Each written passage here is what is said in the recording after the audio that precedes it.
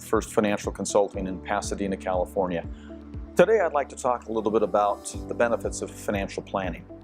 First, I want to start with a story. Many of you may have remembered Brandon Williams. He was drafted into the NFL in April of 2006, joined the San Francisco 49ers. It was, of course, for him a dream come true. He'd worked long and hard to get to this point, almost not believing he could ever make it, but he had. His uncle was also a diehard fan of football, but also of the 49ers, so much so that every year he bought his nephew a jersey, a 49ers jersey. Apparently the uncle didn't realize that Brandon could get all the free merchandise that he wanted. But it was a great act of love, and the family enjoyed celebrating Brandon's success. Now, playing in the NFL is the pinnacle of success in that career. You've worked hard, you've sacrificed, and there's no question that you're successful. But as Brandon found out, he relates this in an interview that he gave a while back, he had to ask himself, well, what exactly am I successful at? And yes, it was football, but he found out that it was not successful in financial affairs.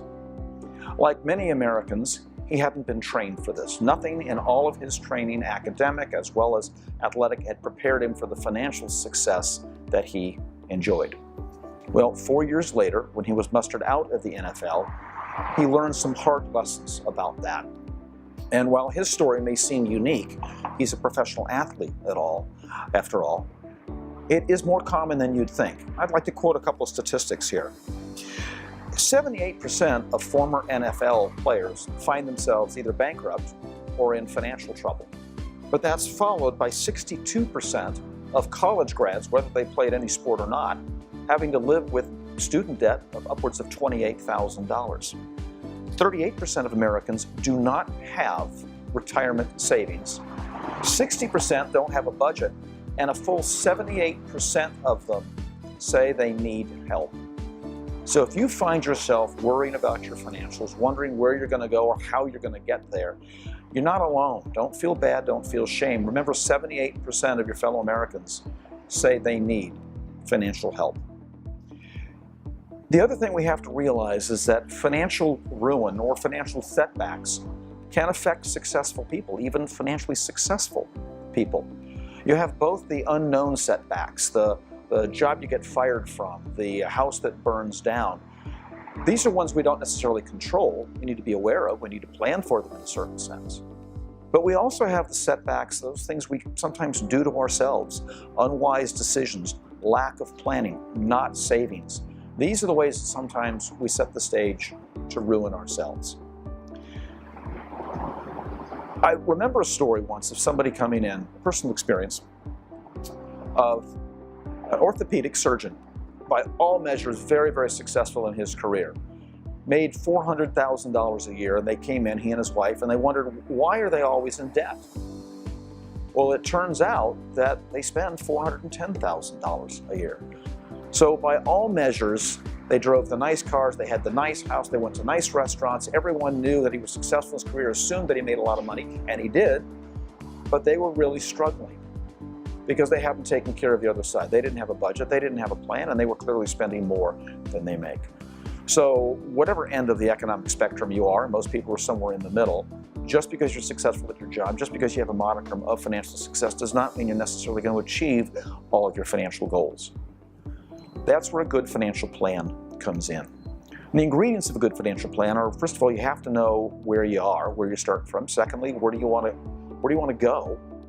But third, you have to be willing to compromise. You have to be willing to look at those goals, many of which will compete with one another, and say, well, which ones do we want to emphasize, which ones do we not want to emphasize?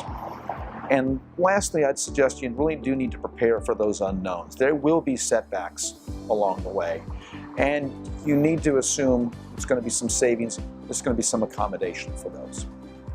Now, we believe that a financial planner can come alongside and be of great benefit to you, and there are a couple of reasons for that. First of all, we've done it, at least someone with our experience, we've done it 1,000 times before.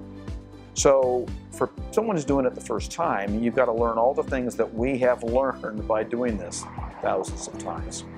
Secondly, we've got that outside perspective that allows us to ask questions that you might not ask of yourself. Similar to why a doctor won't treat his own family members, because he'll make assumptions from his relationship with that family member that aren't necessarily warranted by the medical situation that he's trying to treat. By being able to step back and look at a couple's financial or a person's financial situation with objectivity, we will ask questions you might not ask yourself. And I'd say lastly, we help make sure that it's going to be reasonable and it's achievable. I mean, the mathematics of a financial plan, you can make it do whatever you want. If you assume you're going to double your salary and then double it again and then double it again, no surprise, you're going to be just fine when you get to retirement age. Or on the other side of the coin, if you say, well, we'll just cut back 50% of our expenses, yeah, you're probably going to be great. But is that really realistic? You can put in any assumption. The trick to a good financial plan and to using a financial planner wisely is making sure that what you're planning for is realistic, the steps along the way make sense, and that you've got some help in optimizing, deciding between those conflicting goals. So if we can help in that process, we'd love to do it. We're 100% fee-only, totally objective financial planners. We don't sell any product to anyone. We don't take any commission. There's nothing that compromises our objectivity.